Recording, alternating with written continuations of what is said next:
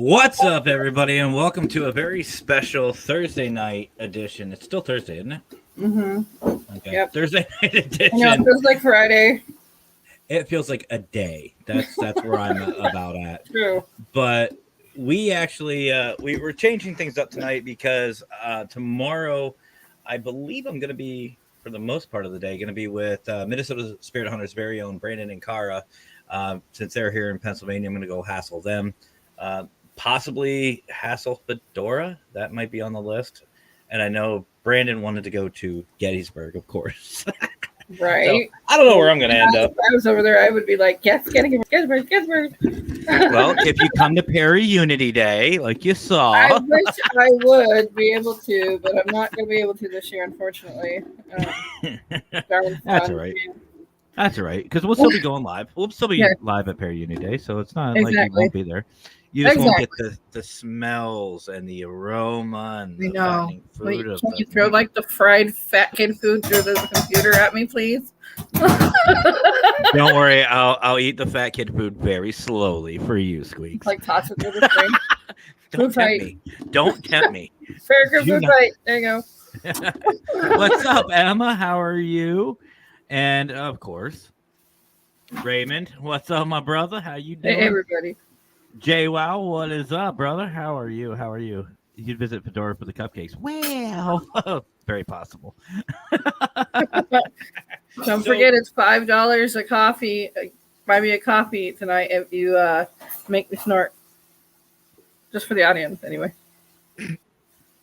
Yeah, that didn't sound suggestive in any way, shape, or form. No, but I know, but Squeaks, we actually have a very, very, very amazing show lined up with two really great guests. Yes. Honestly, it was supposed to be just the one, but I was like, you know what? Screw it. Let's bring both of them on. Yeah, Forget it. Of course. And I love both of them. And you know what? I'm so glad we decided on doing this, and it's an honor to have them on. So without further ado, ladies and gentlemen, from Talking with the Source and Haffern Paranormal, our boy Robin, who is one of the newest P3 family members. So happy to have you here tonight. And there's AJ. Hey. You know what's funny? Hey, you know what's funny? Robin always steals my spotlight. Like, he got to get Haffern Paranormal. He didn't even say Coventry Circle Paranormal for me. But, you know, it's all right. Now they know. All good. Now they know. Had to plug your own show, didn't you? You ruined it. No, guys, welcome. Love and so happy to have you guys on tonight. Thank you for having us on. So the first thing I want to ask, guys, is not paranormal based, but Robin, you took a little bit of a vacation, also known as a holiday, for across the pond. How was it? It was good. It was it was needed. It was needed with everything going on. It was very good. It was the weather was in the most very good. It's just the 9-hour drive was like. Well, I know if Brandon and Cara were here, they would say we had 18, and which they did. Yeah, but the thing is, for anybody who knows in Britain, hello Raymond. For anybody who knows, Cornwall is an absolutely out of this world amazing place. It's I would say it's the best place in the whole of the UK, and it may be a long drive to get there, but it's worth it. And you know what? To be honest, like I saw some of the pictures that you were posting, and I agree. It was absolutely gorgeous. I was very jealous of the pictures and the location. It's very untouched. Put it that way. We have a thing over here called the National Trust, and basically what it is, you'll find that a lot of places, like if you take two cities that are near you, for instance, and there's more, building more houses, building more industrial estates and stuff, and these two cities, they expand and then they become one massive, one massive city. But with Cornwall, it's mostly all national trust, which means it's owned and it can't be built on. So it's never going to change. The scenery is absolutely out of this world, and it's never going to be ruined. That sounds like stuff that we need to have here in the States, to be Yeah. completely honest, because Yeah. I think we can all agree. I mean, the three of us were from the U.S., obviously. And I think that's one thing that really bothers me is like Waverly, some of these other abandoned locations that are historical in nature. Either they're really high and infamous and they get kept up, or they just fall under the radar and then they just crumble. Yeah, and you never see them or hear about them again. Yeah. We're not getting into that one, Raymond. Uh-oh. And she muted herself. Uh, There's one. You're muted, Squeaks. I do. Nope, you're muted still. He muted and unmuted. You muted again. I do that all the time. You're still muted. Still muted. Hold on. I can't unmute her. Oh, really? You click it once, Squeaks. There you go. Oh, we got it. So is that a 2-for-1? Yeah, 2 for 1. Okay. Yeah, okay. My bad.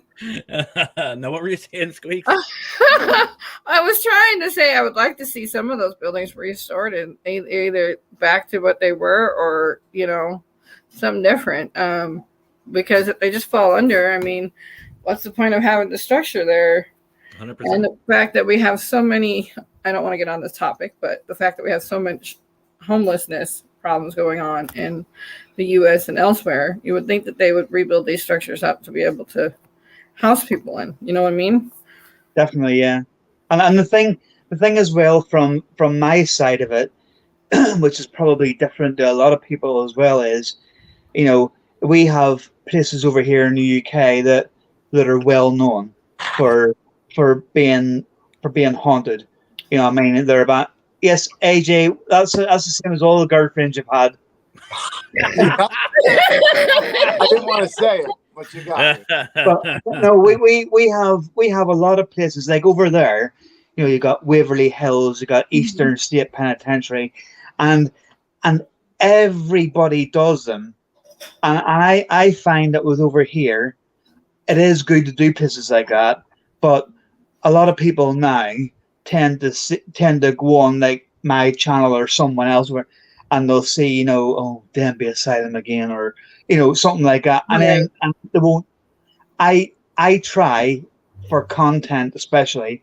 I try to get places that nobody has been to or very few have been to, and the one I did in Cornwall, I know you've got a picture to show. It literally was. I found it, and I haven't seen. I'm not trying to pride myself on being the first one to do it, but I haven't seen anybody else doing it. And when that happens, I always see more people, whether it's on YouTube, whether it's photographs on Facebook. You get more views, you get more people looking at it, you get more people saying to you, "Oh, I see something," because the interest is there straight away because it's somewhere they haven't seen before. Yeah, if that makes sense. 100%. Exactly. 100%. And that's one thing, like, as you see right here, and you saw the one video, we have another video to play later on for Global Ghost Hunt. That's what I really love about what Brian's doing and what we're all doing, is because it's going to give people an opportunity to see places that not a lot of people get to. And like the Battleship, I know my goal in the first one was to kind of get some content and get a video out there to show everybody, but I like to get the audience involved, especially live, because here's the thing. Think of a recorder, digital recorder. It's the same thing. A microphone is exactly that. So if you're out, investigating, there's a good possibility that people might be able to hear those EVPs live and that we won't catch it. And it gives people, and it'll give people a chance to say something, and you catch something in real time. And plus, Fedora, I'm already jealous about your dinner, but it gives us an opportunity to react real time. So you can get information, and it'll help the investigation team. So I really enjoy stuff like that. love about global is that about what we're talking about these places and being kept up is that this gives an opportunity for those places, and not only for people to go and know about them, but to also raise money for them and make Yes. sure that they stayed restored, because it really is important. I mean, I know a lot of people complain because some places are really expensive, these infamous places, but you know what, it's totally worth it in my opinion, because a lot of these places are museums. Like we went to Montana State Prison, me and my buddy John Keyworth from JK-47 last May. And I tell you what, man, like nobody was there for the museum, like at all. So if it wasn't for the paranormal investigators that go and like all the other ghost hunting companies that bring groups out, this place wouldn't make any money. I mean, it would shut down. So I'm very happy to see that. 100%, 100%, and I bet he's just rubbing it in now. I know. I think before we carry on, another handy little hint for anybody that's watching, as well as something that I tend to do, and Julie knows. She keeps saying to me, "Oh, you're at it again." No matter where we go, I'm always on the lookout. If I see somewhere I think's abandoned, I'll be like, "Stop there, have a look at that." And then if it is abandoned or whatever, then I'll pin it on my maps and go back and do it. I'm always, because if you're going somewhere and you think, right, well, it's 50 miles away, you're going, and you're heading to that place, you're going somewhere that you have in mind that maybe a lot of people have been to. And I've done it loads of times. On the way, you'll see an old pub that's all boarded up, and you'll think, oh, well, hold on, I'll have a look at that. And you'll find an open window or an open door or whatever. And, and nobody's doing this. A lot of people seem to be getting somewhere in mind to go, and then going there and doing it, and then coming back home, and then thinking, right, where will I go next? And it's like, I'm always, even if we're going out for a day out with the kids or whatever, I'm always on the lookout. Yep, same. And actually, believe it or not, it's funny you say that, Robin, because I do the same thing with like fishing. I love fishing, and that's what I do. I'll see somewhere and I'll see a creek or a stream or river, and I'll be like, ooh, I could wade into that. Yeah, I can do some good fishing through there. Absolutely, but you've got to be. 100%. Oh, 100%. Yeah, 100%. And so before we get to the talking with the source, before we get to the show, let's find out a little bit about you guys. So AJ, I want to start with you, brother. So Coventry Circle. Yep. Where did that begin? What's the name about? Who are you? Give a little intro. All right. So I'm AJ Capasso. I won't explain right now the version of why I got into the paranormal, but I'll explain the name and stuff first. Basically, the reason why I chose Coventry Circle Paranormal, a lot of people contact me and say, "Oh, are you from the UK? Because Coventry and all this stuff." And the answer is no. I'm from the USA. I'm from Connecticut. Born 4 hours away from the consultant. Exactly. Going to be hooking up with you very soon, and Para-Unity Day, which I'm pumped about. But basically, the reason why I chose the name is because Coventry Circle, I lived in North Haven at one Coventry Circle. And my grandmother's house, growing up from when we were little, and then what ended up happening to me made it even more intense, and a lot more activity ended up happening. But that house was something that I will never forget. And every time I drive by it now, all I want to do is wait for it to go up to sale and try and get it, because like I've never seen so much type of physical activity. And then an apparition that I saw there. And I've never seen what I saw there anywhere that I've been to since. And we would have pictures fly off the wall, literally full tomato cans fly 8 feet across the room. Almost. That's so gnarly when that happens. I never witnessed it until that incident, and it was pretty wild. But would you like me to explain why I got into the paranormal? How about it? All right. So the reason why I got into the paranormal, I know me and you, Matt, have spoke about this a lot. Me and Squeaks haven't had a chance to yet. She may have heard me talk about it, though, because I've been open about it recently. But I was addicted to opiates for a very long time. And I got very hardcore into my addiction. And when my doctor ended up stopping me after I was already involved, I ended up going on a rampage and thinking that I was better than rehab, better than getting help, because in 2008, back in those days, they really didn't have mental health as prevalent as it is now, right, in all addiction and stuff. And I ended up overdosing 12 times. Right. And the 12th time that I overdosed, even though all the times I've had, my heart stop, stuff like that, it was only for a short period of time. But this time, for some reason, I had an out of body experience where I saw my body. I saw the paramedics working on me.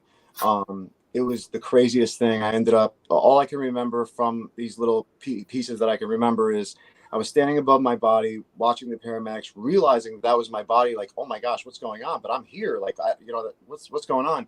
I could like see and hear from all different angles in the room. I could hear like almost like what the paramedics were like talking and like thinking about at the same time. I could be on their shoulder, over here, watching my body like all simultaneously at once, which was pretty wild. I felt a presence, but I couldn't see anybody next to me. And then all of a sudden, I got sucked up into what I would call like a tube, almost like a black tube, kind of like looked like a space type area thing.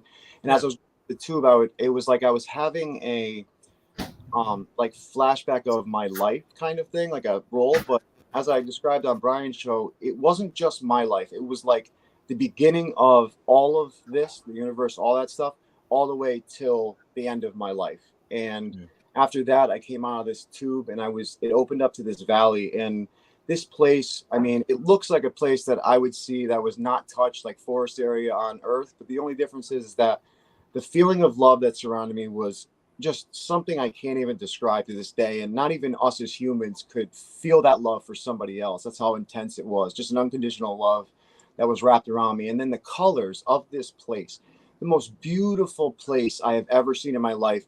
And I can't even find colors that match certain flowers or certain trees or certain things that were in this, what I would call heaven to me, area. And I got approached by this white light, just pure blinding white light, but it was love. I didn't feel any negativity or anything. And then it was like telepathically, I could hear this deep voice talk to me. And before I can get a word out, it said, Anthony, it's not your time. You need to go back. And before I could say anything to respond to that, where am I? What am I doing? Like, who are you? You know, all this stuff, even though I kind of knew for some reason in my soul that was God in a way, to me at least, I immediately got sucked back down the tube. And next minute I know, paramedics hit me with the paddles, and I literally just sat up. And I was just like, whoa, it was like, you know, and I immediately was freaking out because of what I just saw. And it was so real. Like, it was not a dream. I was there. Like, and I even, like I was telling Brian on his show, Brian and Lex, I even recited something that the paramedics were saying. And they called the defibrillator, they called it a certain name. They said, it wasn't like the paddles, but they said something. I can't remember what exactly they said now. And when I said it to them, they were like, there's no way he could have known that, because my heart was stopped for like a little bit over a minute or up to a minute, whatever.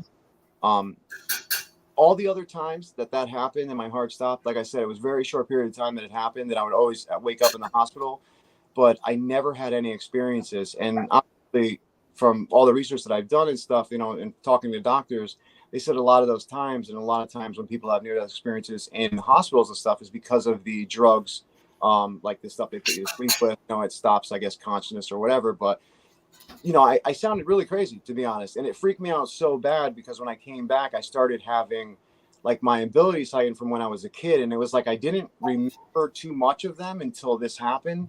I started seeing things, feeling things, all this stuff. And I just, like I said, the activity picked up in my house, especially after my grandfather passed away in 2012. And I mean, I was seeing things that I couldn't even. I woke up in this apparition standing at the foot of my bed, which a lot of events led up to this.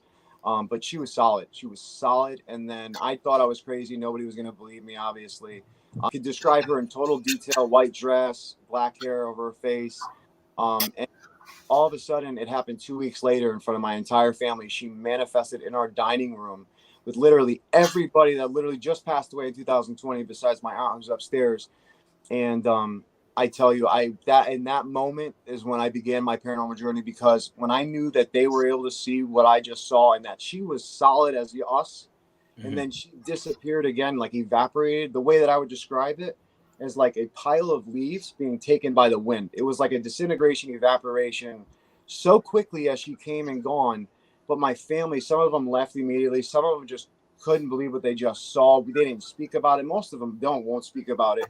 My aunt, like I said, is the only one left. Unfortunately, my family, all my family on this side has passed away from 2020, from some events and COVID and all that stuff. And you know, it's very intense and very sad to say that, but I wish that I had my grandmother here. I would bring her on right now and have her tell some of the stuff that we've had happen, but it's wild. I mean, even my aunt's had experiences, and she tries to stay away from our paranormal stuff. So that's how I got into it. Well, let me first off just say as well, sorry, Matt, for interrupting. No, by all means. I just say as well, when AJ was talking about this thing with the dress, he was actually talking about himself. Now I feel I've got to get this in here, right? Because I told him not to do it anymore, and he actually sent me something over to show that he wasn't going to do it anymore. And then I'm going to premiere it right now. Right? I'm going to premiere it right now. This is what AJ wore with the dress on the street corner.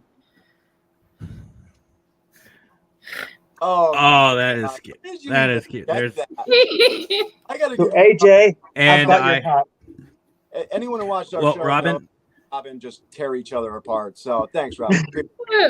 Matt and I do the same thing. Perfect guest. But first, I was going to say something, but first, Robin, thank you for the thumbnail. And second, and but you know, more importantly, AJ, first of all, congratulations on getting sober. Yep. First and foremost, congratulations. But to get away from opiates, I really didn't. Like, I really honestly, there was times. Thank you. There was times 100%. Where I would be at my, I'd be at my window just crying, and I tell you what, I prayed to God one night when I was at my window, and I'm like, God, I'm not going to be able to do this unless you take my free will away. And it's not your first. Thank you, Raymond. Yes, love you for that. But it's not. Bye, everyone. What I was going to say was I asked God to take away my free will, and the minute that I did that, it was like I would walk out of my house and I'd somehow have the cops come. Like if I'd be walking down the street or something, like I'd somehow end up in the back of a cop car, to the point where I ended up going on probation, and I ended up getting sent away to rehab twice during probation because I violated it 3 times. Almost went away for a year and a half. And it saved my life. And as much as I hate to say that I loved probation in a way for that, to give me structure during that time, and almost going away, which scared the heck out of me, especially for a year and a half. It was totally worth it. And I can't thank those people enough, to be honest, you know. Well, and he also knows that I'll come over there and kick his ass if he touches the stuff again. Well, now he done messed up because he's got the consultant less than 4 hours away from him. So he'll come up and strangle me, so it's over. He'll put me on the you know what I'm saying? Yeah. I got you. I'll bring the fedora too. Bring fedora with me too. But no, seriously though, congratulations, and very proud of you, brother, for staying sober. Very, very much so. Thank you. Robin, your turn, brother. So obviously we know who you are. We know you like the hat, but I'm glad, because I don't even know who I am. Oh, okay, at least somebody does. But Hafford Paranormal, where did that come from? What's your story, brother? Well, my story is a little bit different than AJ's. My story is that I seen the ghost of an old lady who had died when I was a kid up the street from me. I seen her looking out her window, and it was a brief minute. I was out playing with my mates, you know, football or whatever in the street, and I seen this lady, and I knew she had died about a year beforehand, and I put it down to I'm just seeing things because I'm near the house and stuff like that. But I remember coming back down to my house, and I went in and I told my mum, and my mum was like, "No, you didn't see that." My mum was very, very up in was before she had her stroke. She was very, very high up in the church, very, very, you know, went to all these different meetings and all during the week and stuff, as well as going on a Sunday, and doesn't approve, she would say, of anything to do with paranormal. So she doesn't even know that to do this. I know. Liar to his own mom. Yeah, my dad knows. My mum, like I say, she's had 3 strokes now, and her mind's sort of playing up a little bit. But I keep it from her so as don't upset her. But how how I actually get into this, that was when I was a kid, and then nothing really had happened since then. But in 2009, I think it was, I went down with a very bad bout of depression and anxiety to the point where I wouldn't even leave the house. And I was signed off work. I was off for 11 months. I had doctors throwing all kinds of tablets at me. Take these, no, up the strength, take these, no, they're not working, different ones, up the strength, all. And it was like, I was saying, the tablets aren't working. They're not doing what they say they're doing. And I found that what I was actually doing, the only time I was ever kind of happy was when I had a drink. So I started drinking practically every day, uh, as well as taking these tablets, which I shouldn't have been doing. And it wasn't, nothing was doing anything for me. And one day I remember thinking to myself, I, I, I don't like the way this is going. It's just, it's not getting any better. It wasn't necessarily getting any worse, but it was just like you're doing the same thing over and over again. You get fed up, kind of thing. So I went back to the doctors again, and I said to him, I said, look, I need something else done. I said, it's to use a phrase we use in the UK, it was doing my head in, right? It was really annoying me. And the doctor says to me, right, would you be up for counseling? And I was like, I'll do anything. I'll do anything. So he put me forward for counseling, and I went for the first appointment. And it was this young girl, a lot younger than me, sitting there. And I took Julian with me as well, and basically sitting there and asking me a few questions. And then I took a little bit of offense at it, as if it was someone sort of telling me how I should be living my life when it's my life, kind of thing. Yeah. But I had about 3 or 4 appointments with her, and I started realizing that, this person's here to help. I need to be doing what they're saying. I need to be listening to what they're saying, taking their advice. It might sound harsh to me now, but they're trying to help. So I started coming out the other side of it. And I started coming out the other side of it with this gift. It was like I took it as being rewarded for coming out the other side of this, because one day I was actually feeling better than I had been, and quite positive this day. And I was in the kitchen cooking dinner, and I called our eldest son down because I had it already. And he came down the stairs, and for some reason, I looked out into the hallway as he got to the bottom of the stairs, and there was a little girl standing behind him, clear as day, like AJ said, clear as day. I could see her. I could see what she was wearing. I could describe everything, how she had her hair, everything. And it sort of, I'll not say freaked me out, but it got me interested, should I say. And I thought, right, what's going on? So I got the kids' dinner out of the way, and I went to Julie, and I said to her, I said, look, this is what I've seen. And luckily enough, her and her mum were always quite into this. So she phoned her mum, who lived around the corner from us, and she came round and we were talking about it. And I started getting this vision of this little girl in our loft, and she was in the corner, and it was like she was doing that as if someone was going to like hit her or whatever. She was sort of shying away into the corner, she would say. So Julie's mum said to me, you need to go into the loft and see if you can see her, because that's where you're getting the image in your head.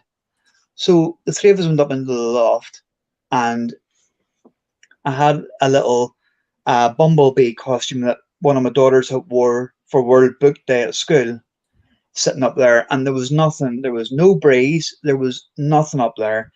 And the costume started sort of shaking at the side a little bit. But I didn't see anything else. It was only that. I came downstairs, and I started getting another vision of this little girl in our front bedroom. So I said to them again, look, I'm now seeing her in the front bedroom. So of course they said to me, you need to go up to the front bedroom. But I went up alone this time, turned all the lights off so it was dark, cut all the noise out, and I got Julie's phone, put it in front of me, put it on record, and I sat in front of the phone and put my head down, and I was gone. I was completely gone.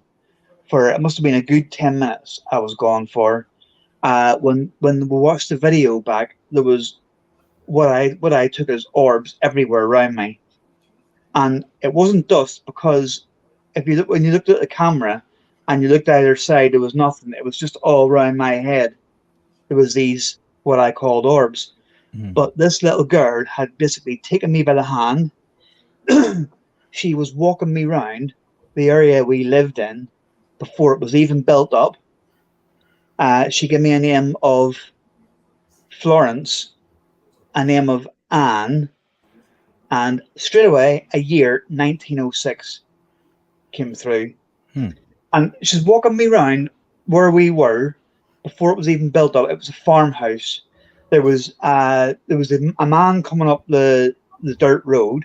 He had like a cart he was pulling behind him. He was selling cloth, you know, like all these little trinkets and stuff. And all of a sudden, it was like after all this sort of happened, it was like bang. I sort of sat up in a chair again and thought, whoa, what was all that? So to try and cut along, hello Paddy. To try and cut a long story short, I went down the stairs and I explained to them everything. And Julie went online, and it turns out that where we lived, before all the houses were built there was a farmhouse built there. There was a little girl who was born in that farmhouse in 1906 called Florence Ann B, which would have been the bumblebee costume. No kidding. Yeah, and it was like as soon as that happened, I turned to her and her mum, and her mum said to me, first thing said to me, you've got to do this. You really have got to do this now. And ever since then, we started doing the odd little investigation here and there. But wasn't doing it on YouTube or anything really. Wasn't taking it that serious. Yeah. But just, you know, just like if you see a graveyard, when we'd be going and walking through it, and she'd say to me, you know, are you getting anything? We're walking through. It was another quick one. I don't know if I told AJ this or not. Just saying about graveyards. I was walking through a graveyard near our house at the time, and the night before, Julie and me had been watching that film Titanic was on TV, but there was nothing else really on to watch, so we've been watching it. And I'm walking through this graveyard with Julie's mum, and I just remember, for some reason, I remembered about watching that film, and I started whistling the tune, and I stopped, and I turned to a gravestone beside me, and what name was on it? Leonardo? Jack. Rose Dawson. Oh, wow. Did you paint her? I was like, shit, I've got to do this. The painting or the paranormal? The embalming. no. Once all the things like that started happening, it was like, I can't leave this alone now. No, This is terrible. I would go up to the headstone and go, hey, Rose, there was room. Yeah, exactly. Funnily enough, there was one a couple of rows back, and all it said at the top of it was Robin. And I was like, shit, I'm in there now. If Rose kicked Robin off the door, I'd be all for her. But Jack, nah. Thanks, Rose. Yeah. Almost had the screenshot. Sorry to have it so long, but that's basically how I got started. And then my daughter, our middle daughter, she's an urban explorer. So she was like doing YouTube and stuff, and she was like, you got to start doing this on YouTube. And I wasn't really too interested at the start. Yeah. And then I thought, obviously my name's Robin Haffern, so I thought, right, well, I'll just call it Haffern Paranormal. And then I'll just start. Once I got the YouTube up and running, it was like, I really am going to take this serious. I started getting more of an interest. Well, I'm glad you have. And you know what's funny? And Squeaks, I know you'll attest for this. We've had a lot of guests on, a lot of guests. But what I really love about this field is everybody's story is different. Exactly. Everybody's story is different, and I have to say I love your guys' stories. I really do. Yep. And I think I know who that might be, but it's either going to be Dom or because he's been on it, or our boy Brian. So While I come on there, is there any reason that when I watch your show, Matt, and I comment, it doesn't come up as Halfern Paranormal, it comes up as Facebook user? what that is actually in the description, and I'll say this for everybody: even if you've already done it, haha, I knew it. Yeah. Even if you've already done it, if you go to the settings in the description, it'll say I'm streaming on StreamYard, blah blah blah blah blah. You have to click it, even though if you've done it once, you have to do it all the time. Yep, unfortunately. And I've ran into that too. It's done it to me on Parapost. It's done it to me on a couple other pages. So That's why I sadly just enough, say your name first and then like hyphenate it and then put who you Yeah. are. yeah, and I have a feeling, and I know he's going to say this. Melon doesn't do that. Yeah. No, you're right. I know he loves to say that stuff. You know what I wanted to say though to what Robin said too, when he started talking about how he was feeling, depressed and how he felt like nobody was helping and all this wasn't helping. When I had my stuff happen and I came back from that whole near-death experience, I honestly thought I went to I was saying to Brian and Lex on their show, I honestly thought that I screwed myself up bad from that whole incident, from passing away and coming back. To the point where I either thought that I had schizophrenia or whatever, as I was seeing, feeling, and hearing these things. Because before that, I literally was such a huge skeptic. To the point where you couldn't talk to me about even God, because I was so hurt over my grandfather passing away when I was 12, thinking that God was going to do a miracle, and watching my grandfather at 54 pass away from lung cancer, and having to see him basically before he passed sit home and wait for that was very traumatizing for the whole family on my mom's side. And so I went to doctor after doctor for my thing, and after they kept saying no, everything's fine, and then having the family go through that was Rob and Brian did miss the hat. But after going through that, it's now obviously opened my eyes to certain things. Well, and and that I think that's what it is, and that's what I really love about everyone's experiences, because it's either like me, I just had a personal experience, literally ran over a ghost, spirit, whatever you want to call it. She went right through my vehicle. That was the start of it, or it was just one drunken night. Me and a couple of friends went out to a cemetery, or something life altering. The spectrum it's still amazing to hear, and Brian, if you did miss Robin's wonderful hat, but don't worry, I have a screenshot, so I'll be doing something with that. Yeah, I think the message as well to get through on a serious note is for anybody watching who suffers with or knows someone who suffers with mental health issues and depression and stuff, is that there is a way out of it. There is a way. You might not like the way to come out of it, because I didn't like someone a lot younger than me trying to tell me how to live my life. Exactly. That's how I took it. But there is a way out of it. There is help out there for that kind of thing. And I personally feel, although I'll never be rid of it, it'll always be there, but it's under control. But I personally feel that this whole paranormal side is me being rewarded for actually doing something about it. So I'm not saying that everybody who beats it will come out of it with a paranormal side, but it just goes to show that, from my personal experience, you might not think it at a time, but there is a way out of it. Yep.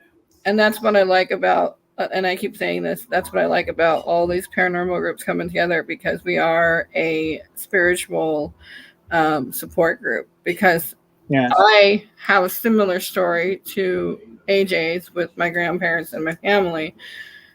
It's not the same, it's similar, and we can learn from each other about it. Because I thought I was going insane too. My entire time growing up, I thought I was going insane because of the things that I saw and could not explain. Now we have this, and we have something going that we can help other generations with.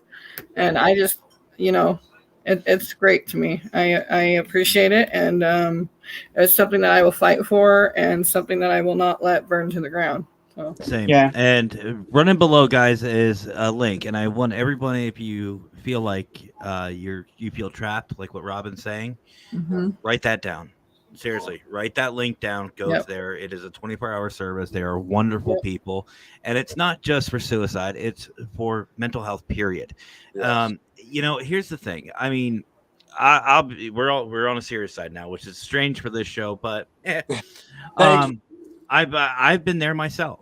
Yeah, I me too. had a lot of anger. I mean, we're talking if you would even walk by me, like I didn't know any of you guys, and you walked by me in the store and just accidentally like bumped into me, because it happens.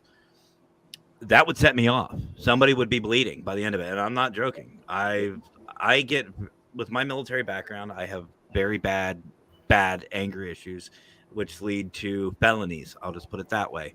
Yeah. And you know, it took me a while. I had to actually go to counseling. I got help, and it's okay. And here's the thing: you're never alone. And in this field, what I've noticed is, and what I love about, especially our community now, P3 members, global ghost hunt that we're doing, Parapost, everybody, we all care about the mental health side of it. We're all here for people. You don't have to worry about judgment. You don't have to worry about what time of day it is. You don't. There's always somebody there to chat with. There is. Exactly. And We're not counselors, but reach out and speak to us. If you want to hear our experiences firsthand, or you want a bit of advice on what to do, I mean, it's not nice. It's not a nice thing to go through, and it's not. No. It's even worse when you're trying to come out the other side. But the thing is, another way I looked at it was in what we would call the olden days. A lot of things, like for instance, the paranormal. When you thought you'd seen a ghost, because obviously when you're a kid, and kids are more susceptible to it, and then your parents or your grandparents or whatever you go to would be like, "Nah, he didn't see anything." A lot of nonsense that is. Exactly. But now it's more. It's more. It's here. A lot more people believe in it. A lot more people have had those experiences. It's accepted. It's accepted now, and it's if one of my kids comes to me and says, I've just seen something walk past in the kitchen," or I'll be like, right, okay, well, let's have a look and see what it is then. Whereas before, like I say, back in them days, you might have got a clip around the back of the legs or something. I mean, stuff. Yeah. And it's funny because I even ask my clients that whenever I go to a home or whatever, I ask, does your child or children, do they have imaginary friends? Yeah. Do they speak with imaginary friends? And a lot of times their parents will go, well, yeah, okay, well, what do you know about this imaginary friend? And come to find out, it's a spirit. They're sensitive. Yeah, absolutely. And see, that's what I'm saying. Even Raymond. Well, when I started talking with my parents, my mom was even afraid to talk to us as kids because she was always told that it was not something you talked about. Well, so, I mean, I can imagine how hard it was for her, because by the time before she passed away, she actually was starting to talk to me about a lot of things. And some of the things we found out we had the same occurrences, and it was weird. I'm telling you, it was weird. Well, I love the fact that, in this community now, that like with my daughter, she's growing up, and my parents are old school, like, Robin, like we know. They're real old school. They didn't know. You don't talk about that. There's no ghost, no such thing. It's even heaven, hell. That's it. End of story. Yeah. Well, now my daughter is starting to feel things and see things. I think she's an empath, but I can teach her. I can tell her, look, it's okay. It's okay. Yeah. Ghosts aren't evil. They're not gonna hurt you. It's if you have an imaginary friend, cool, talk to them. And if they're really nice, let daddy talk to them. But but it's really a changing field and a changing world, and I absolutely love it. Yeah. Now, speaking of the paranormal, I know this is about talking with the source, but you know what? We'll get to that after the commercial. But I want to showcase some things that you guys sent over, which two of the videos, well, both of your videos, I've seen. They're great videos, and I've seen I think two of these pictures. Yeah, two of the pictures, because they're in your intro. So let's start off first with. We'll just go right in order. We'll start off with these pictures. I think this is the one, Robin, you were speaking about earlier. Yeah. So would you like to explain this one a little bit for everybody? This was a house in Cornwall that I found last week on basically searching through Google Maps on the satellite view and finding houses that look overgrown and stuff, and then checking them out. I went to check this one out, and this picture was taken. It's a 17th century house, very, very old. It's all proper stone and wooden beams are really, really nice. Really, the honestly, I'd live in it myself. But these are all high. That's a fireplace, believe it or not. They're all like ceiling high stone fireplaces. And I took this picture, and as I was taking it, I seen the black shape in the middle, and I thought myself, that looks like a figure. Yeah. But obviously, we all know that there's other things there that can make it look like a figure. The one thing about that is it was taken in night vision. And as I was taking that picture and noticed that, I then moved the camera away, and there was nothing on that wall. It was white. There was nothing black there. There was nothing at all. It was just completely the same color. Funnily enough, in that same house, in the hallway, which is just behind me, in the main hallway, I did a spirit box session. I asked for a name, and I got Les straight away, and I asked for when he died, and I got 64. So I didn't know if it was 1964, 1864, or if he was 64 when he died. Yeah. But what were you gonna say? That mark. Well, if you want to call it a mark on the wall, that wasn't there after the picture. No kidding. And you would think that that's a made hole in that house, but I mean, and I have to say to everyone watching, Robin is the least technical person in the entire world. Can barely even work a StreamYard. Challenge. Facebook, yeah. So there's no way to do something with a picture that. No.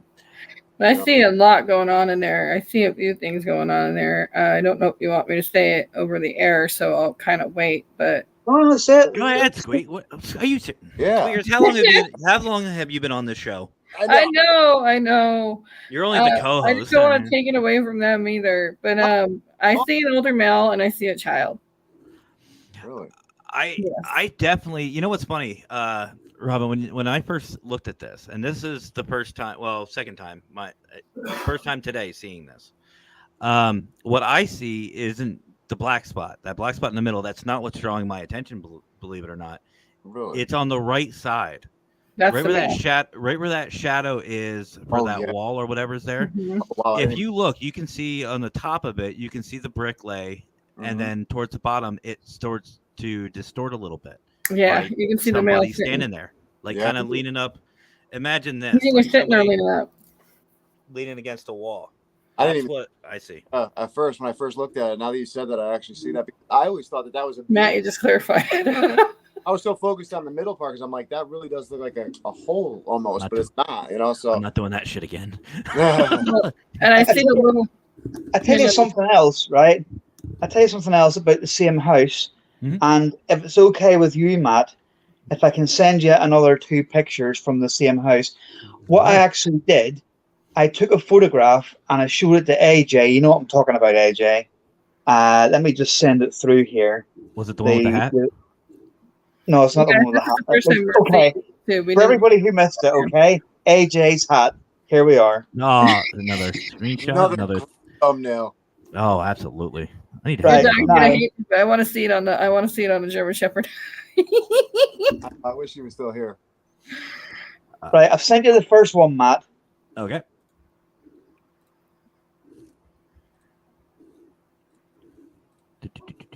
It's uploading. Yeah, I see the child right underneath that black spot in the first one. I might have to do something else with this. Hold on. Yeah, this one is very intriguing, though, the one you just put up, and I can't wait for you to kind of make it maybe bigger or something because it's very intriguing. It really does look like a person stepping out, and we've examined this crazily, and I don't really understand how that could happen, but For some reason, Right. like has their specialty, like with their paranormal station. I'll send you the second one. Is the same area but at a different angle. Now, where you think you see a person there, Mm-hmm. where the head would be, there is a little wall lamp. But I'm not looking at where the head would be. I'm looking at the figure below, and I actually see a leg at the bottom. When you look at the next one though, like you could see When that. you look at this next one, there is no shape at all. Yeah, when you look at the white up top, that is the lamp part up top there. You could see it when you zoom in. See that little lamp right there up top that looks like a head almost? Yeah. Yeah, that is not what we're talking about. The body part of it, even though the wall is a different color, it does not look like that from a different angle. It's pretty creepy. But and, it could be pareidolia too, like I told Robin. There's so many things that could happen with a camera, with a picture, but as you'll see in the last two he's crazy stuff. It looks like something's sitting down again, like something's sitting down up again up by the wood. Yeah, almost. You're talking right here, Squeaks? Yeah. See that right? See why you're pointing right there with the mouse right there? There's not part of the wall right there, which you would think. The wall's over underneath because that black part underneath is actually where the wall is, not where that lighter part. So but not only that, if you go to the blue line on the left side, to me, there's a figure on the right side of that blue line. Yes, there is. Oh, with the black shadow there. I see a little distortion from that too. Yeah. Now, if you can show the second photograph I sent you there of the same area, but taken from a different angle, you will see the little wall lamp, but there is nothing there that would constitute the stone making out any kind of figure. Yeah. Now watch, Matt, go back to the one before and you'll see like how the wall didn't go all the way down, but look at that part that comes off the wall with it, like it looks like almost like a leg kind of thing, Mm-hmm. But like I always tell Robin, me personally, I don't focus a lot on pictures unless it's something very distinct. Like I have mine, because obviously with pareidolia and I'm a photographer, so I understand, cameras can do kinds of crazy things the way the light hits the sensor, but yeah, I mean, God, he gets some good stuff that I have seen that are very distinct, which you will see in a couple other photos. Yeah, that's really good. And Robin, if you don't mind, I'm gonna fiddle with those. Yep, please do. Definitely. Please do, because if it is just the light or whatever, they're all taken in night vision. If it is, then it's debunked, and I'm glad at least it's debunked. What? Not to confuse you all. Hey, it took it away. And then Raymond wants to say that he wanted to cry last night. He was going through his video evidence for investigation in Gettysburg. Yeah. Gettysburg does that to you. It's like they don't want you to film. Actually, to be completely honest, what I really like to take down to Gettysburg is disposable cameras. Yeah, that's a smart idea. Disposables and Polaroids, those are my favorites. Yep. Okay, so let's see. We saw those. So let's go with this one. This was in I added to your intro for you. It's really good, and I've been wanting to hear about this story. So what is going on here? Before that, so that he could start from the beginning, because the one before that is that one. This one. Zoom in on that. That one. Explain that. Was taken in an abandoned hotel, like wedding venue, and that was like what I would have thought would have been a function room. Now, that to me, you can clearly see two legs manifest in there. There we go. Yeah, but was there anybody in the doorway? No. Not this picture right here. This was taken right before that other picture that you'll see in a second, which I find so fascinating. And we've had photographers, we've had people try to take this completely apart to try and figure out if it's debunked or what. And I mean, I have sent it to people. The reason why I say that is because I see something in the doorway too, but I also see. I've been told that in the window in the door. Yeah, over here. Yeah. I don't see it. See, I'm seeing something darker on the left right side. there. Yeah. Now, what happened here as well is the door, the brown door with the square window on the right. it led through to it led through to a kitchen. My mother-in-law was in there at the time when I took this picture. After I'd taken this picture, there was about, I would say, between 5 and 10 seconds between this one and the next one. And in the meantime, she had come out of that door and went round to this door where you see the figure now. See, I'm going to zoom in on this. Let's see. Well, it's definitely there, but nice shot. Thank you. Now watch. Now go to the next one, Matt, because this is seconds later when that manifests, whatever that is. See this black person right here, this shadow in the front? Mm-hmm. That's not a person with him. The only person with him is the one right there in the doorway, who's his mother-in-law. Figure that out. I tried to rip this apart, man. You have no idea. It bothers me to this day that I can't figure out what that is. Besides, obviously, a spirit or soul. Look at that. See, what kind of gets me, and I don't know, like I've been in this field 16 years. I've never seen this texture. Well, no, this texture. Yeah. Oh, this It's texture. usually... It was taken. It was a black shadow figure. The original photograph. This is ripped that photograph there was ripped apart by a guy who I knew, who didn't believe in the paranormal. He had a load of software, and he said to me, "I'll prove to you that that's not paranormal." And that's as far as he could go. And he went, "I can't explain that." See, what gets me about this, what I really like about it is I'm not saying you're like this, Robin, so please, don't take any offense. But go ahead. If any of this was staged to me, like if it was somebody in a black cloak or morph suit or something like that, the shadows. Yeah. You would see a shadow hidden, given the light source. There'd be a shadow coming from over here because there's a light source over here. And obviously there was some sort of flash because this is all lit up. So you would see, even on an angle, you would see something. Yeah. I don't see that. What's behind the couch, though, too? Yeah. See, is there something looking? Yeah. No, this is the couch itself. Yeah. Unless the couch is ripped.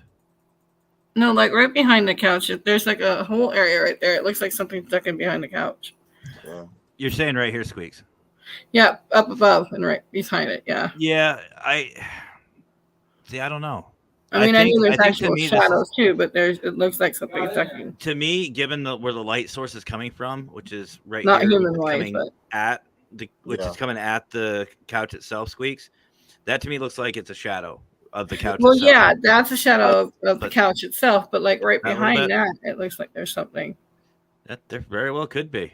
I tell you what, though, that picture right there with that shadow person though in the front, I've tried everything, man, to try. That's incredible. I literally don't like pictures in my opinion, but Robin, it's like some of these pictures like this that he has taken, it's just like I can't, like we've said that the people that work with the Ryan Institute, okay, they can't even pull it apart and figure out what it is. And it's just wild to see, like, you see what a human looks like. That's his mother-in-law right there. Mm-hmm. But that is so different from that. Oh.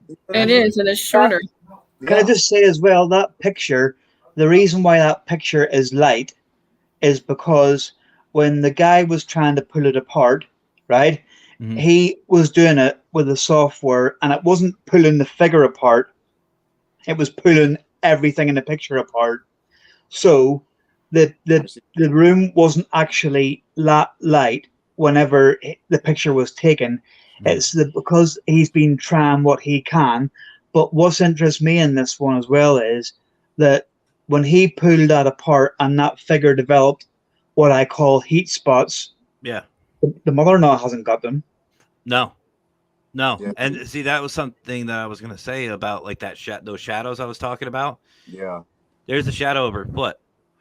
If she's walking away or even towards, there's some shadow play right here. You the figure doesn't have it. She's walking away because, like I said, she came out the other door. So that torch looks like it's in front is actually pointing further away from. She's walking through that door and into that far door you can see behind her. So and here's her shadow right here. That's that shadow play I was talking about.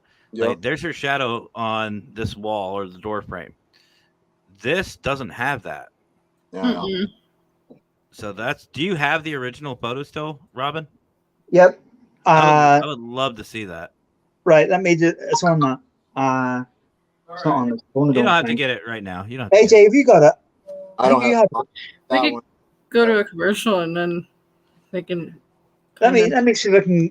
Let Yeah, me I see if I don't- can. I I'll don't have to have come off for a minute. Well, I've tried to bunk myself because 2 seconds. I'm not big on picture things. Well, actually, while we're waiting for Robin to come back, AJ, we've got a video here. It's 7 seconds. It's also in your guys' intro. I think it's a great clip. I think it's an amazing clip. So let's watch this video and we'll hear a little bit about it. Okay. I know, right? Do you want us to leave? Would you like us to leave?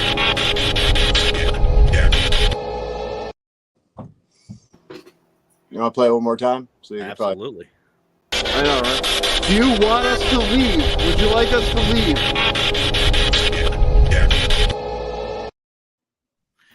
So first of all, where were you guys at?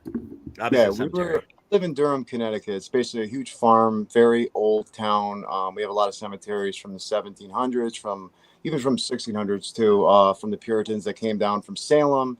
Also, we have the street that I live on is a main street. It's where George Washington traveled during I forget the exact day. I think it's 1760 something, I want to say. I'm not too sure, but this is the main road he traveled down, I guess, during his, whole thing during whatever war he was getting into or whatever. But it's a very old town, and there's a cemetery down the street from us. It's a little newer, this one that we were at, and we just decided to go there because we didn't really have, me and my uncle who's behind the camera.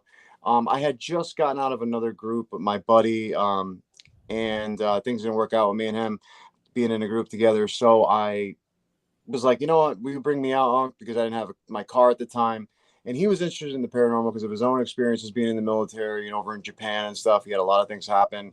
And that was his first night out ever doing any kind of spirit work or anything like that. And just had my PSP-7. It was scanning in reverse, 150 milliseconds.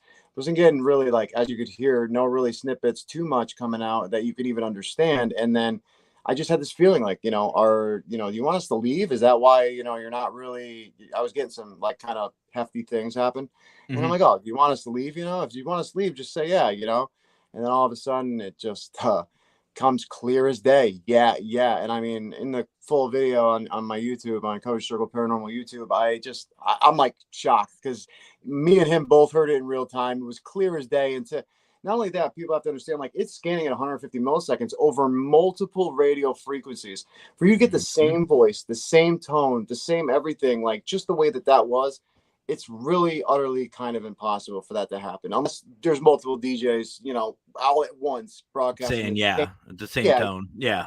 It's crazy to hear, which never happens. But it obviously excited my uncle so much. He ended up, joining Coventry Circle with me, and he's like my other half that does, some work with us. So it's cool. That's awesome. And I love SB7 clips. Oh, I think they're awesome. I do too. All right. So ladies and gentlemen, we have the original photo. Here it is. See how it's a little darker? He was raising the brightness. And you know what? Again, hello. I have a little friend here. A little fruit fly. So this is what I was saying about that shadow play. Mm-hmm. Even in the original, you would see something. Yeah. Because you can still see a light source. You still see the light source. You still see, or let's just say, even with using this as a light source coming in, you would still see something right here.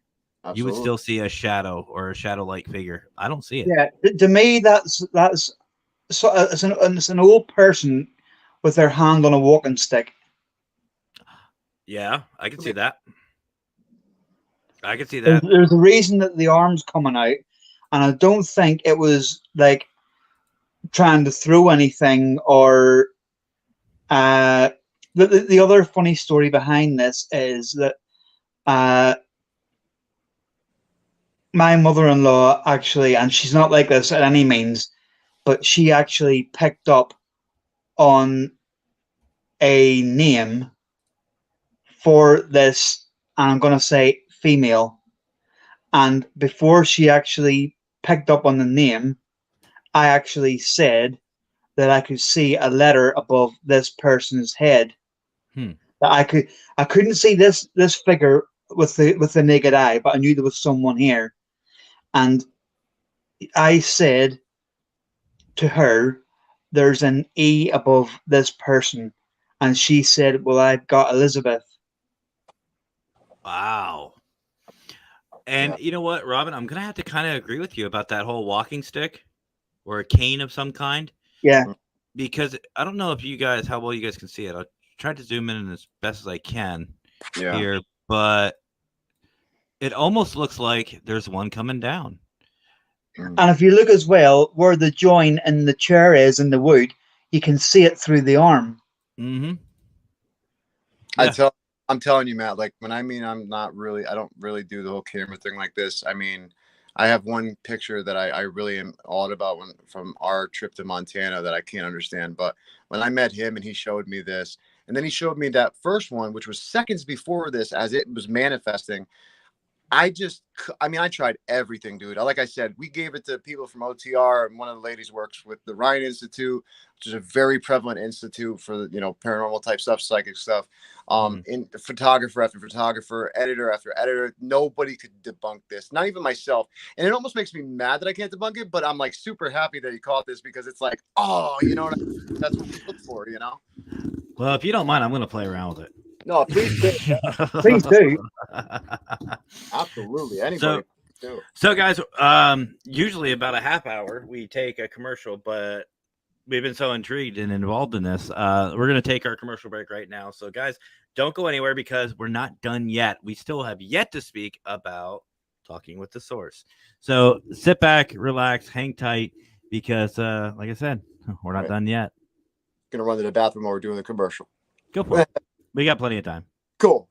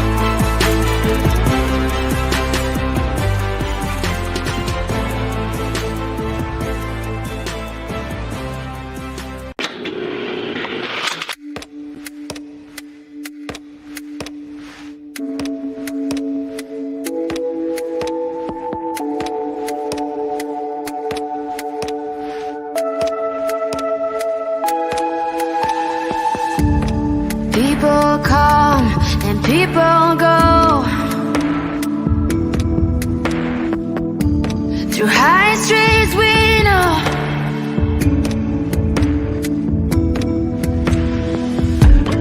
Dark and light, day and night. No one knows what the future will bring. All or nothing. Gotta mean something when you're misunderstood. Gotta mean something when you're up to no good. Misunderstood, this firewood keeps me sane. Like the teeth from my neck on my gold chain. Misunderstood, I'm no victim, no Robin Hood. Hang them teeth from my neck on my gold chain. My ghosts and my dreams gonna rescue me. Like the teeth from my Welcome back, everybody. How was your break? How was the bathroom? Oh, it was great. Everything Absolutely. all right? Good. Robin, how'd that feel to have your happen up there? Very good, very good. Yep, I appreciate that. Hey, no problem. I appreciate you joining. And AJ, we're gonna be adding you soon too, man. Yeah. Well, thanks for Robin. Not talking to me about anything and telling me, oh, wait, don't worry. Stealing the show, ruining lives. Love you. You're too busy. You're too busy out and about gallivanting. Yeah, I know what you wanted to say. I'm glad you keep it. You're more interested in clients. Oh, And not paranormal. Well, it's Yeah. not normal, but Yeah. so the next that's so much love here. Oh, So the I'm next going to one, hand this one to AJ before you ask it. yeah. So Go. this next clip is actually Robin. You sent this one. It's that 30-second clip. Looks like a home or a business. You want It's to give a a little pub. backstory? A pub? Okay. You want to give a little backstory on this one? Just we were asked to go and do an investigation after ours one night, and nobody liked the. It was the third floor. Nobody liked it.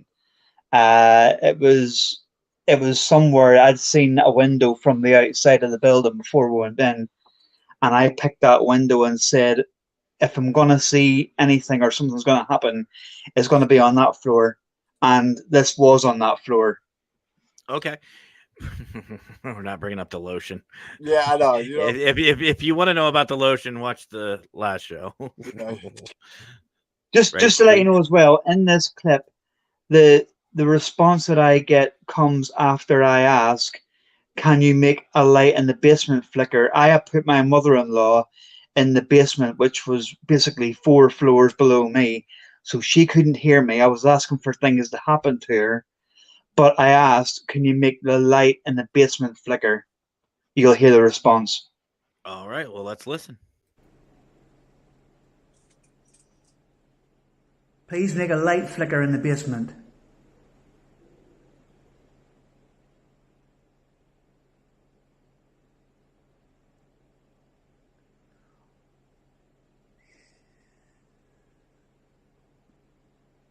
I could have swore there was a whistle there. I could have swore there was a faint whistle.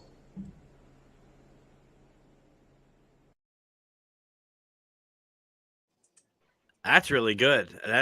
I wouldn't say Now, class that A, whistle, the whistle I actually heard with my own ears while I was waiting. It turns out that it wasn't a whistle. It was obviously the spirit trying to communicate. And if you listen back to it, and thanks to Brian John, because he's the one who said that he heard this first, I say, can you make a light in the basement flicker? And it says, how? And then straight away after that, it sounds like it says, oh yeah. But should we listen? Let's listen to it again. Yeah, remember everybody listen with headphones mostly because you'll hear it better when you listen back. So 100%. So let's take a listen. Hold on. Okay. Well, that was a blooper. Go ahead. Watch No. her struggle. Watch her struggle. Yeah. I love it. All right, guys. It's another with my headphones. Hey, at least she didn't mute herself this time. So, Right. all right. So here we go.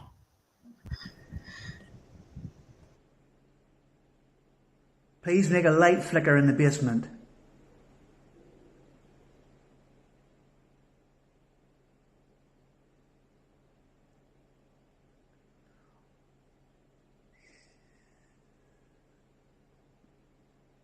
I could have swore there was a whistle there. I could have swore there was a faint whistle.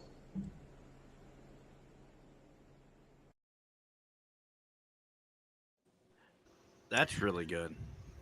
It is really good, but I tell you what, if you go back and listen, I heard a female laughing. I didn't hear the female. Like faint. You know, nothing take away from our boy Brian. To me, it sounds like it's saying "oh" and then it says basement. Yeah. So it's kind of like agreeing with you, like I'm gonna mess with this individual in the basement. That's what it sounds like to me. The funny thing as well is it didn't make a light flicker in the basement, but before I asked that question, I had asked if I could touch them on the shoulder, and she actually said that she felt tingling on the back of her neck and the top of her shoulder blade. It's always fun when we work with the spirits like that, isn't it? I love doing that. So now, for one of the reasons why we're here, talking with the source. First of all, guys, great show, amazing show. If anybody hasn't seen it, links are in the description. Definitely watch them. It is an amazing podcast. But what I want to know is,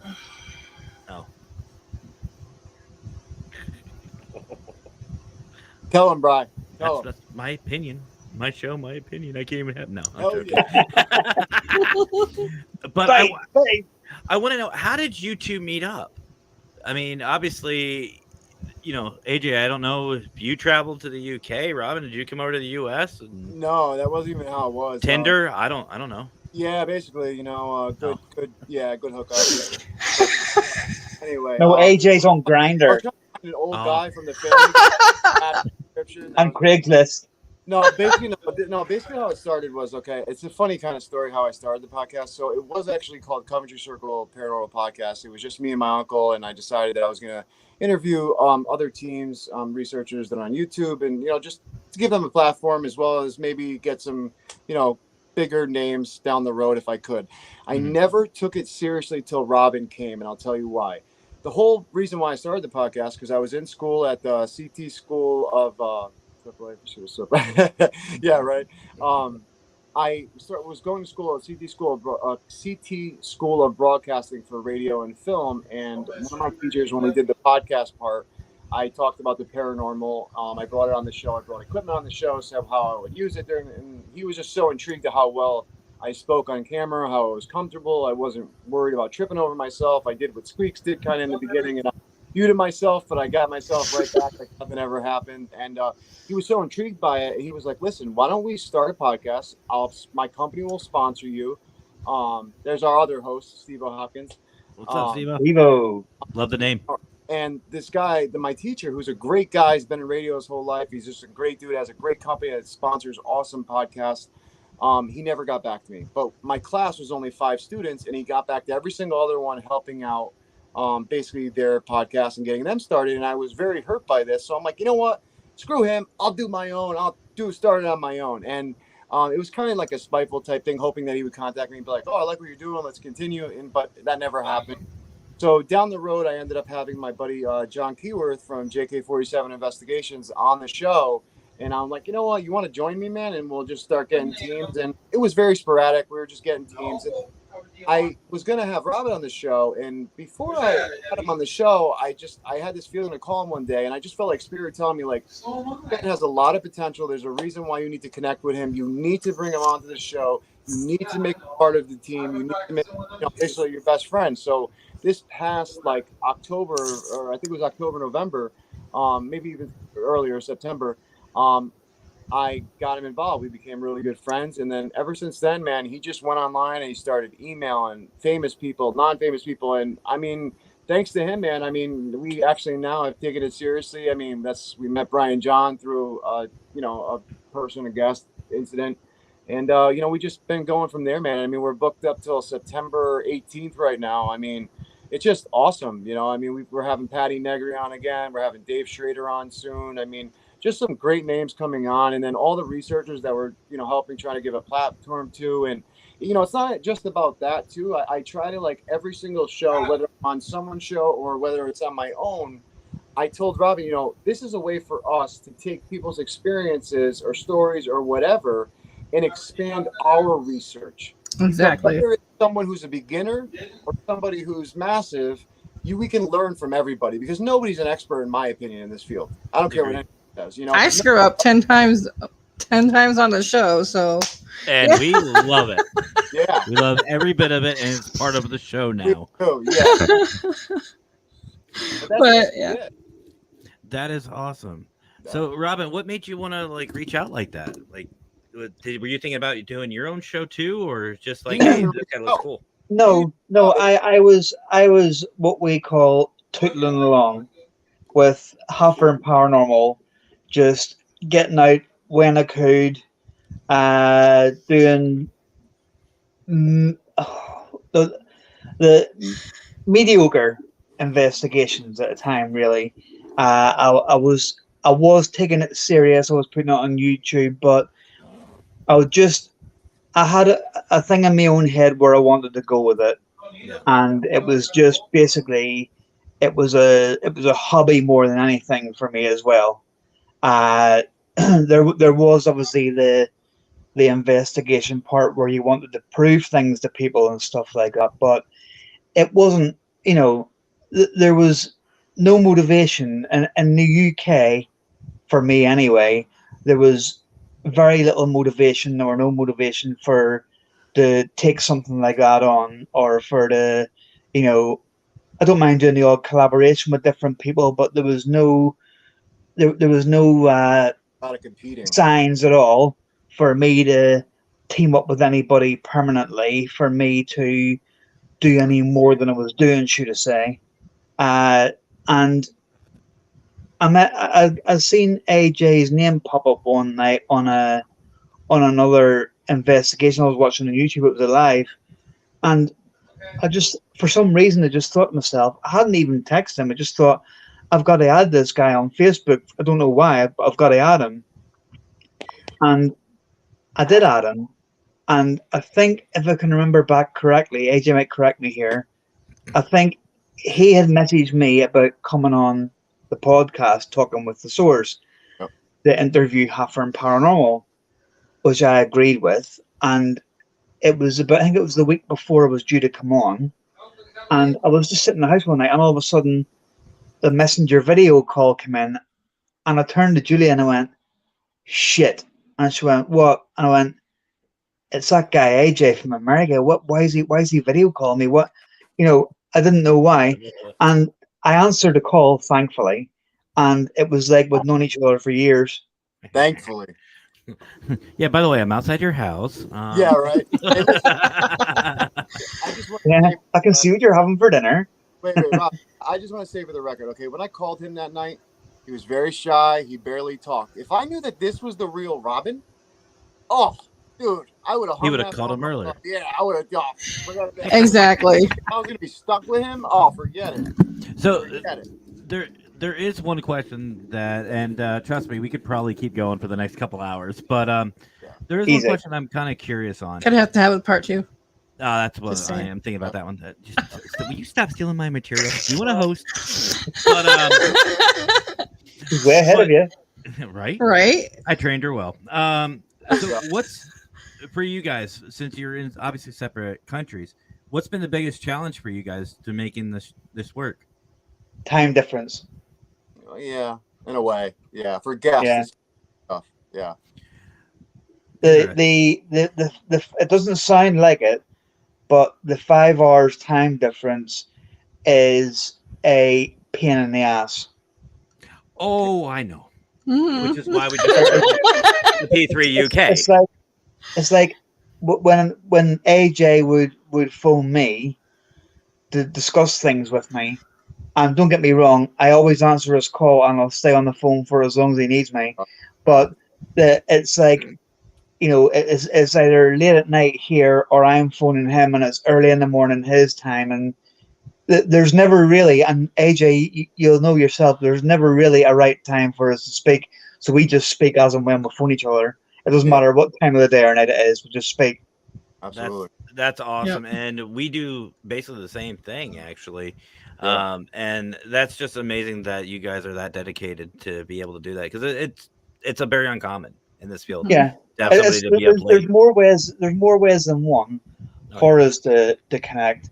Obviously I can't phone his phone from here and he can't do it for me because it costs too much. But you've got WhatsApp video calling, you've got Messenger video calling, you've got all these other platforms that you can do it on. So being in contact with each other all the time isn't the problem. It's just it's annoying more than anything is the time difference. You know what? I just had a weird idea. So I know, I hope he's still on here. So Mr. Parapost, or as he's been known in the global chat as just Mr. I don't know if you guys caught that. I had a cat named Mister. Mister. But Parapost messaging. There you go. I like that. Well, He is. Haha. Para Messenger. I think there's so many things that is a great idea, and I think there's so many things, ways out there of all of us communicating with each other. Not just obviously me and AJ, but obviously we'll have Steve-O as well, who he works different hours. So for him, but as the way he works long hours. Bless him, and so obviously there's only certain times you can speak, but it's like, with AJ, I could forget if I'm out in an investigation in the evening here, it's middle of the afternoon for him, so he could be out anywhere, he could be working, he could be having an early dinner, and I'm out for an investigation. And I think, well, I'll call AJ, I'll get him on live video call while I'm doing this investigation. And then you remember and think, I can't, because he's either told me he's working or that. So again, without repeating myself all the time, it's just a time difference. Yep. Yeah. It's even harder for me if I want to go out, because if I want to go out, it's 9 o'clock here, but it's whatever over there. It's like so late over there. It's like not even worth having him on, because I don't want to wake his family up, or I'm sure he'll be up, but still, it's like I don't want to have him get rest. So when does Talking with the Source, when does it air? Well, this week's been a jam-packed week. We've had 2 shows already. Awesome, Brian. So can't wait. First, building a separate app right there. Yeah. So look for it. But check out the Parapost app, iOS and Android, free. Make a free account. Great app. Now you're taking my line? I'm sorry. It's my partner in crime. I'm just gonna sit here. Am I the only one behaving myself? Huh? I'm the only one here that's actually behaving myself. Oh yeah. It's the hat. AJ. Well, actually, sorry. What was your question again, Brian? Matt. What was your question? I just got called Brian. I'm all. I've been called worse. When typically does your show air? Oh, like I said, like I was going to say, this week has been a little jam-packed. We already had 2 shows this week. We have actually you coming on, my friend, Sunday, which is going to be awesome. And we have one other show Saturday, which we're pumped about. But normally we're going to be switching starting, August, I believe, Robin, to Sundays, probably around Eastern time. We've worked around the basis, really, of not having a set day, which really we want to and we should, but we're on the basis of, if we contact someone like say yourself and we say, when can you come on? So if you say well, I'm only free on Wednesday next week, right, we'll do it on Wednesday then. So awesome. we should probably have more of a what would you say? I can't even find a word now. But there's a reason for that, okay? The reason why I wanted to do it that way was because our show isn't about us. Our show, just like your show, it's about the guests, okay? The whole platform for whoever's on that day is to promote them. And, I don't care what day, what time, as long as we can get, our host on because of the time difference and the guest difference. That doesn't matter to me. I want the whole day and the whole show to be about that guest, for them to promote whatever it is they want to promote. And not only that, it's for the viewers that can make it and watch, if they can't make it, watch it afterwards. Exactly. So, but if not, if they're live, I want them to get involved in the conversation just like you guys do, like put questions, put comments, like, for Patty Negri, for Dave Schrader, for local people. I mean, people. I was messaging AJ actually. Speakers decides to read a book.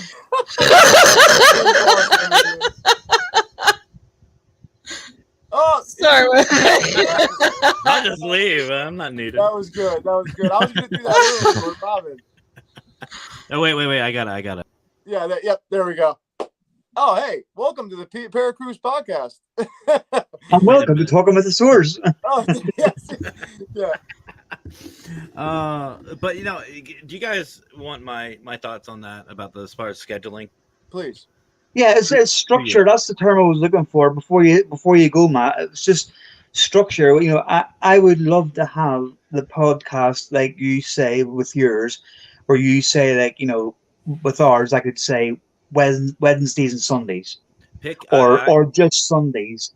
But I leave it once I contact someone and they say to me, "Yes, we'll come on." I'm like, right. Will you tell me when you're coming on? Well, how about this? How about this is just me just thinking.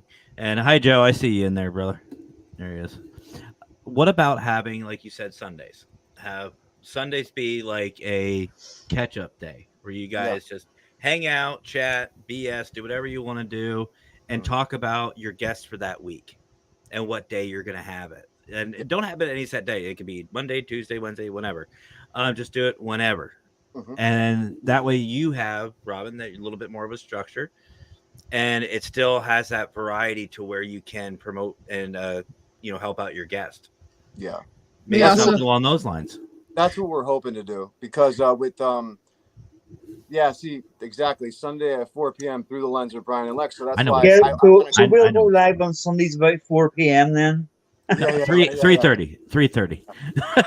No, you're absolutely right, and we're switching to Sundays in August because Steve-O, he works all week, very, very long hours in Canada at a sawmill place, and we just want to have him on, obviously, to be a part, because it's been so long since he's always been able to come on sporadically, and he's obviously a host, and I want him to be a part of it. He's part of our life, part of my family. He's one of my first friends in this field. It's been just one of the most amazing people I've ever met, friend-wise, and all. Brother. Yeah, just awesome. And, so we're going to definitely have Sundays, but I do want to, like you said, keep it open, because if guests can't come on, I want to make it about them, really, So. Well, like I said, who's to say you can't have the best of both? Absolutely. And AJ always has. Yeah, you know it. That corner. Well, and that's the thing. That's the beautiful thing. And I keep telling, Squeakers and Lurker, and even my wife, I tell her with her show, Creepy Cryptids, it's our show. It's your show. Yeah. Do whatever you want with it. If you don't want to go live, don't go live. If you want to do an open mic, do an open mic. If you want to just sit here and go for an hour and a half, do that. Do whatever you want. You want to spend, an hour making jokes about Lurker's new lotion? Have fun. Don't have me on there, because I'll be balling. I'll be on the floor laughing. But it's just the little things that I think that make it. Like when I talk to Patty Negri about coming on, and she'll say, "Well, when would you be looking for me to come on?" And I say, "No, you tell me when you're free to come on." You know what I mean? Because if I say to her, right, I want you to come on, Sunday, whatever day, and she say, right, well, actually, I can't come on that day, and I go, we'll have it the following Sunday. Well, I'm actually away that week. It's like, so instead of having to go through back and forth messages all the time, I just find it easier to put it to them and say, like you said, it's your show, so you tell me when you're coming on. 100%, 100%. And it all comes down to, and I think Brian Laverty and I were talking about it. It's up to the person. It's up to the host. Whatever your style is, like Squeakers, she likes a little bit more of a structure. She will have more of a script set up. She likes. Because if I don't, I go off on my laughing tangents.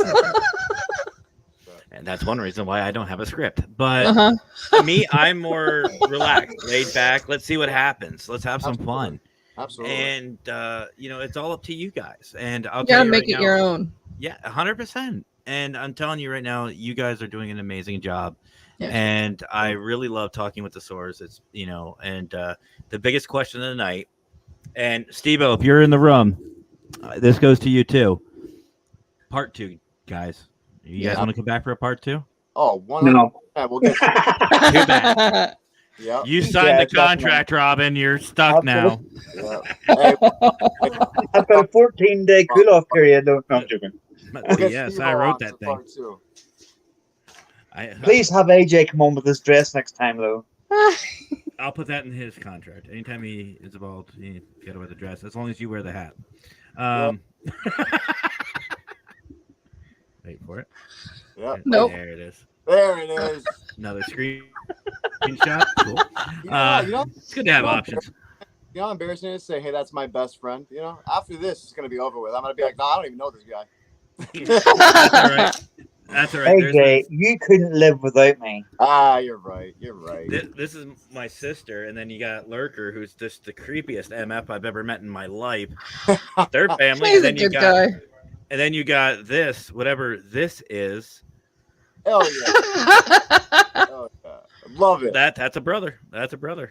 I love it. So, but I do want to thank you guys both for coming on. Don't go anywhere. We'll chat backstage real quick. But Definitely. again, guys, if you haven't already, go check out Talking with the Source. Links are in the description. Show them some love. And like I always say, tell them the consultant sent you, because these guys are doing some amazing things. And absolutely support you guys 120%. Mm-hmm. So thank you. Thank you. Thank you, guys. Honestly, thank you guys. Thank you, Squeaks. Yep. Much love to you guys. So Thank you so much. we'll talk with you guys backstage. Another great show, Squeaks. Yep, I agree. Absolutely love it. So who do we have coming up on Wednesday? Let me check. I don't remember who we have. Check it out. I know. I gotta. At least we still have it. Like Barbie could bring it up. Oh, we have Charles. We have Charles coming back. Charles, and I gotta can't remind wait. him. I can't wait. So, guys, do not miss and do not go anywhere, because this weekend, well, tomorrow, I'll be going live periodically with Minnesota Spirit Hunters' very own Brandon and Cara throughout the day. That's going to take the place of our Friday show. Yep. And then, let's see, Monday, we have Creepy Cryptids. Can't wait. I think that's 9 o'clock. I think Mackenzie said 9 o'clock Eastern. Okay. I think. I don't know. We'll let you know. Yeah. And Tuesday, the WTF is that with our boy Lurker. A creepy show for a creepy guy. Love it. You know you love him. I do. So that's it for us for tonight, guys. Thank you so much for watching. Again, if you haven't, subscribe, all that good stuff. You don't want to miss it. And go over and check out Talking with the Source, because like you've seen, great guys. Great guys. So there's only one thing left to say, Squeaks. Happy Y'all have hunting. yourself. Oh, stop it. Stop it. See, I got you. You know what? I got you. Oh. So you guys have yourselves a great rest of your night. Have fun. Stay safe. And for those of you celebrating, have a great weekend and be very safe. And happy 4th of July. And as always, happy hauntings.